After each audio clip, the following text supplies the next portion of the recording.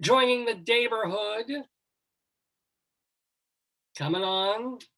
And this is a huge thing for me right now. This is our old friend. She's been on a bunch of our shows, but not only have you never seen her because they've all been audio, but I haven't physically seen this woman in probably 20 years. And every time you Google her, it's the same photo that they run with her bio when she writes theater reviews for places like Windy City Times. And it's you know, the picture is one from like 25 years ago. So Mary, you need a new picture, but you look great. How are you? This is Mary Shen Barnidge.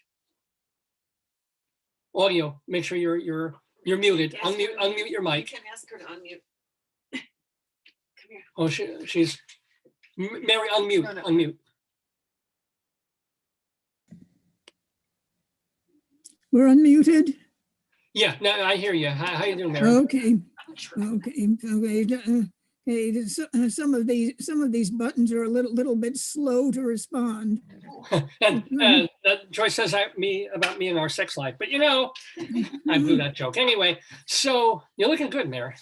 Okay, I'm glad you think so. You've heard it said of some actors that they've got the perfect face for radio.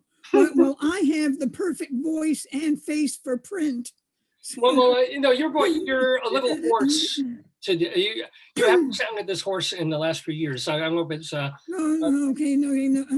it's just that I'm sitting in my office. There is dust everywhere. Okay, dry heat, and and of course I spend all day not talking to people. So. Yeah. Well, let me ask you a couple of quick questions because you have another Chicagoan who's coming on very quickly after you, but or with you. Yeah. For a little bit, but so many things I want to ask about Chicago, but we have time for one big question, which is, and you're very proud of this, like New York, Chicago theaters had a shutdown in March, but they really ramped up, you think, very, very quickly responding to the COVID thing and staying alive, these theater companies. Okay. What are they doing? Okay, yes, indeed. Officially, the theaters began to close about the middle of February, but Theater Wit was in previews for a play called Teenage Dick. Okay, no, it's a high school version of Richard III. Oh yeah. And not bad at all. But in any case, because it's hard to do Teenage Dick. Yeah. Okay, since the rumors were going around that the theaters might close. They taped one of their preview performances, mm-hmm. and so as fast as they could hammer out a deal with Actors Equity, they began to stream it. With great theatrical verisimilitude, the stream started with the artistic director welcoming us off Belmont Avenue into the theater and through the lobby. The bar was closed, and into the theater, and since it was taped with 2 cameras at a preview performance, you could spot a couple of other critics sitting in the audience, who had sneaked in early. Wow. Unfortunately, I wasn't one of them, but what that meant was that Theater Wit had a show. They were running out there, streaming out there immediately. The Goodman had taped a preview performance of their production of the African Mean Girl play. There's a longer title to it, but I can't remember the whole thing. So we were able to see online the Goodman's Mean Girls play. Right. So the point is that in March, if you knew how to stream, and I learned very quickly. We all did, yeah. I mean, I already knew how to watch things on YouTube, or watch TV shows,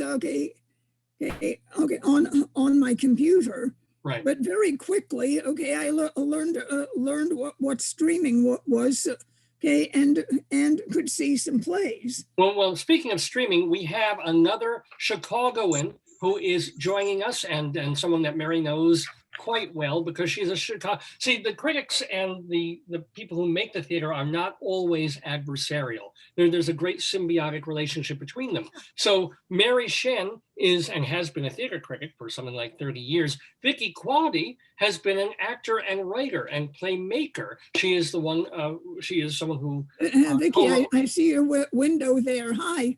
and co-created Late Night Catechism, which made it to New York and played in Chicago and plays all over. And Vicki, you've also been doing, even virtually, you've been doing a show, right? Well, last time we talked a couple months ago. How's that coming? Streaming is not as good as being live. Right. And in fact, now it's actually getting harder because everybody is streaming.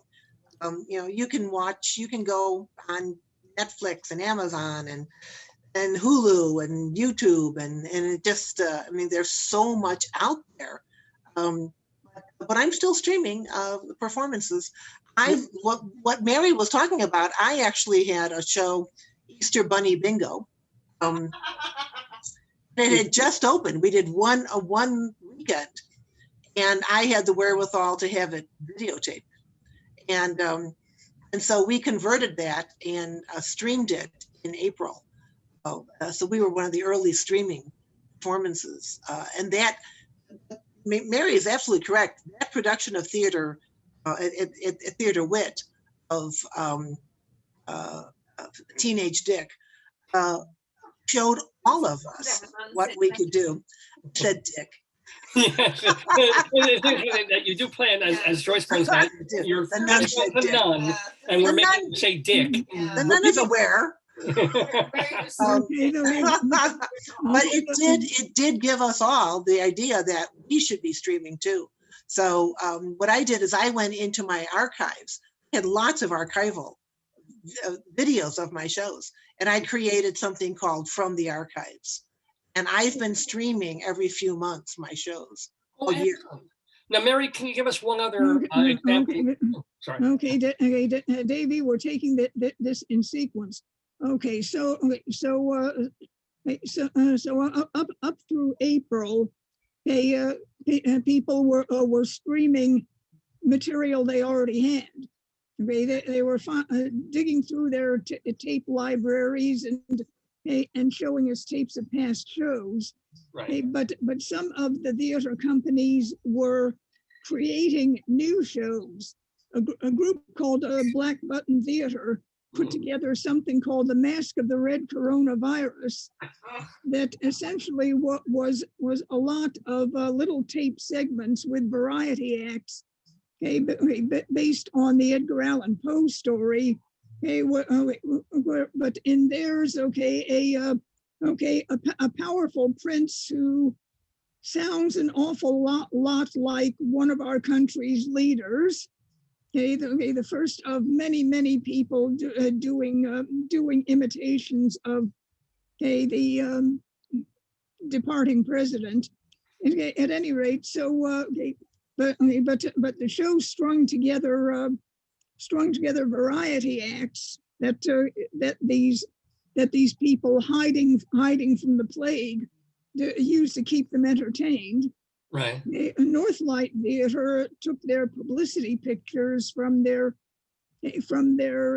soon to open but canceled production of Intimate Apparel and put together a storyboard story with the photographs and a little bit of narrative in between, to tell it sort of like a storybook.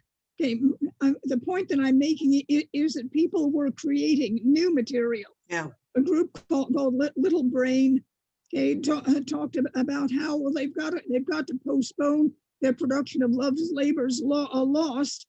Okay, and here they were all ready for it, and then all of a sudden they realized, wait a minute, this is Love's Labor's Lost. A whole bunch of artists are saying, yeah, we're going to go into isolation, and we'll emerge much better in 2 or 3 weeks. Yeah. Well, yeah, well, they meet women and then they kind of, they're not isolated for very long. We Okay, got like, well, listen, we got really not even a minute left with Mary Shen Barnidge and Vicki Quade, Vicki, oh, and my aunt calling in. So guys, I really have gotta wish you a very, very happy. I want to go like this. Oh, do it. Yes, your book. Good. Please plug your book while I'm plugging my book, I ask my Close Encounters of a Chicago Kind. Right. So close. Jason- How can people get it, Vicki? Eckhart's Press, CKHARTZ Press.com. Black Hearts Press. No, Blackheart, Eckhart's, Oh, Eckhart, I'm sorry, Eckhart's Press. CKHARTZ And very quick, what is the Press.com. book about? It's about It is my traveling around Chicago, interacting with people, witnessing things, fun, vignettes. Just make And, sure Mary's not in there or her name's changed. Yes, any stories about Mary or me, make sure the names are changed. Guys, so great to really Thank see you so you guys.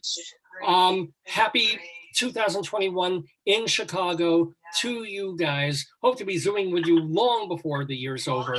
So just stay healthy, stay well, stay creative, both of you, and productive. Have a great one, guys. Happy New Year. Thank you so much. you too. New Happy Year. New Year. You too. Bye, Mayor. And bye to Vicki.